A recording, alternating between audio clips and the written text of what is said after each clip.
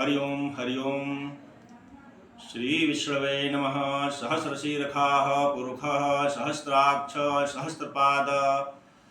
भगवान विष्णु के इस विराट स्वरूप का ध्यान करते हुए आज पितृपक्ष में पितृ रूपी जनार्दन हमारे पितर जो है भगवान विष्णु के स्वरूप हैं और इस पितृपक्ष में हम उनकी देवताओं के रूप में ही पूजा पाठ पिंडदान तर्पण उसी भावना से हम लोग करते हैं।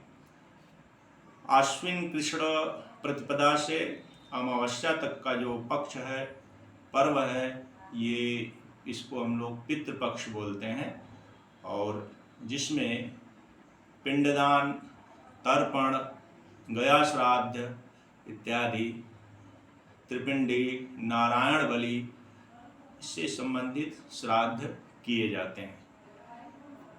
कुछ विषय ऐसे हैं जिस पे आज चर्चा करना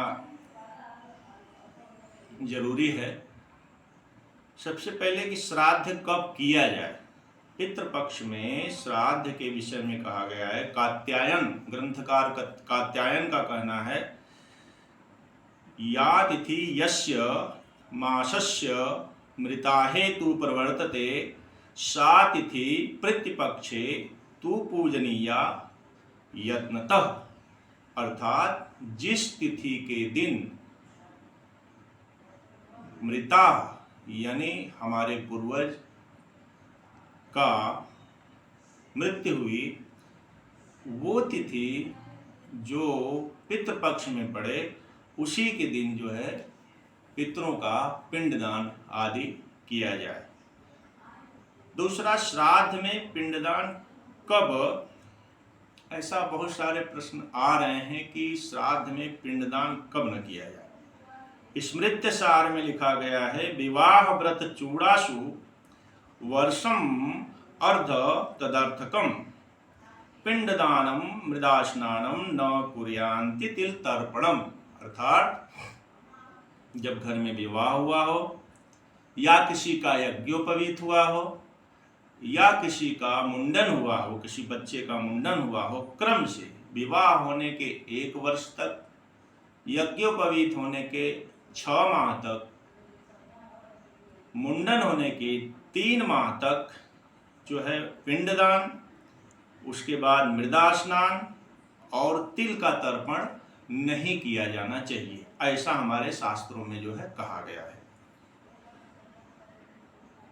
न करने पे अगर कोई श्राद्ध न किया जाए, श्राद्ध लोग नहीं करते हैं तो उसके विषय में शास्त्रकार बहुत ही भर्त्सना करते हैं कि जो लोग श्राद्ध नहीं करते हैं, लिखते हैं कि भारत नामक ग्रंथ में लिखे हैं यावच कन्या तुलयोः क्रमादास्ते दिवाकरः शून्यम प्रेतपुरम तावत वृश्चिकम यावदागतः। अर्थात सूर्य जब कन्या राशि से तुला राशि पर होते हैं तब यमपुरी खाली हो जाती है। अर्थात हमारे सारे पितर जो है यमपुरी छोड़ के पृथ्वी पे आ जाते हैं। किस लिए आ जाते हैं? क्योंकि वो हमसे उम्मीद करते हैं कि वो हमारा तर्पण करेंगे, पिंडदान करेंगे और उसको प्राप्त करके वो जो है संतुष्ट होके पुनः जो है जब सूर्य वृश्चिक राशि को पार करके और धनु राशि के पास तक पहुंचती है तो वृश्चिक राशि के बाद वो पुनः जो है अपने अपने जो है धाम यमपुरी को चले जाते हैं। इस बीच जो पूर्वजों जिन पितरों को जो है तर्पण और पिंडदान नहीं मिलता है वो श्राप दे के जानते हैं और जिनको मिलता है वो बहुत प्रसन्न होकर बहुत सारे आशीर्वाद देकर और अपने धाम को जाते हैं। अब ये कैसे हम जाने कि जो है तुला राशि और कन्या राशि और तुला राशि। कन्या राशि पर सूर्य का मतलब ये होता है कि भादो महीना, भादो का जो है शुक्ल पक्ष और पूरा जो है आश्विन कृष्ण पक्ष शुक्ल पक्ष और दीपावली तक, इस बीच हमारे पितर जो है हमारे आसपास ही रहते हैं। अब दीपावली के बाद मार्गशीर्ष महीना में अगहन लगने के कुछ दिनों के बाद फिर वो अपने अपने धाम को चले जाते हैं। अर्थात इस बीच में हमें पिंडदान अवश्य करना चाहिए। अगर पिंडदान किसी कारण से नहीं हुआ तो उसका जो है प्रायश्चित करने का मंत्र भी दिया गया है, लिखा गया है। प्रायश्चित करने का विधान है, दुरो अश्वस्य दुरः इंद्र गोरशी दुरो यवस्य वसुनः इनस्पति शिक्षा नरः प्रदिवो अकामक दर्शन सखा सखिव्यस्तमिदं गिडीमसि। 10 बार तक इस मंत्र का 2 महीने तक जप करने पर इसका प्रायश्चित, ऐसा लिखा गया शास्त्र में। अब एक प्रश्न कुछ लोगों के दिमाग में भ्रम की स्थिति है कि पितृपक्ष में नित्य पूजा होना चाहिए कि नहीं होना चाहिए। तो किसी भी शास्त्रकार ने इस बात का निषेध नहीं किया है कि पितृपक्ष में मंदिर जाना, पितृपक्ष में घर का नित्य पूजा का निषेध है। पितृपक्ष में किसी भी हाल में नित्य पूजा नहीं छोड़ना चाहिए, भगवान का पूजा अनवरत चलना चाहिए। बल्कि